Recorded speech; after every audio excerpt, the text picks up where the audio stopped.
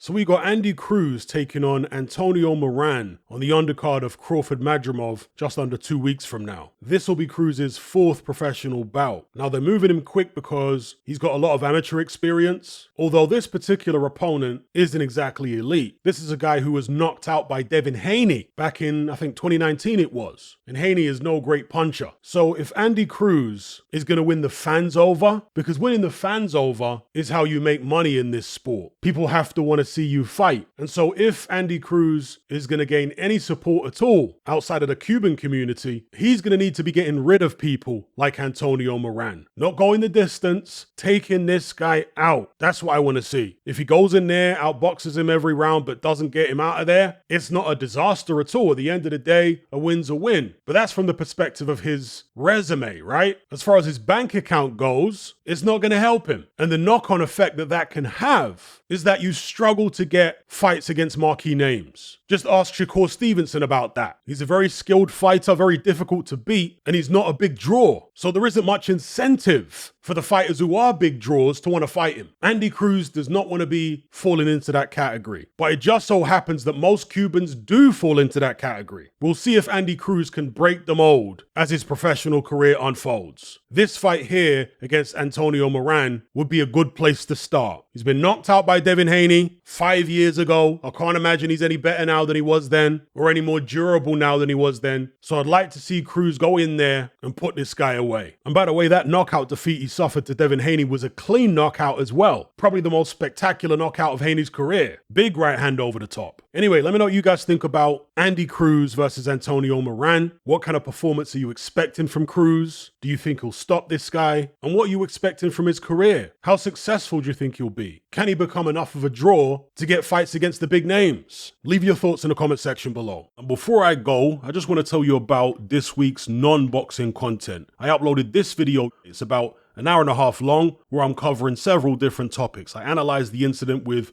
the Donald the other day. You guys know what I'm talking about. I talk about the female screw who was screwing around with an inmate, literally. I also talk about the manosphere, the changing demographics of the UK and the backlash against it, the anti-UK tourist protests in Spain and how they came about, and a few other topics as well. If you want to access this content, as well as hundreds of other exclusive podcasts and videos, as well as our members chat, just head on over to my Patreon page and select the tier called the Brotherhood of Reason. There's no contract, no commitment. You can cancel at any time, just like Netflix, but it's a hell of a lot cheaper. Just download the app from the Play Store or the App Store. All the links are in the description box below.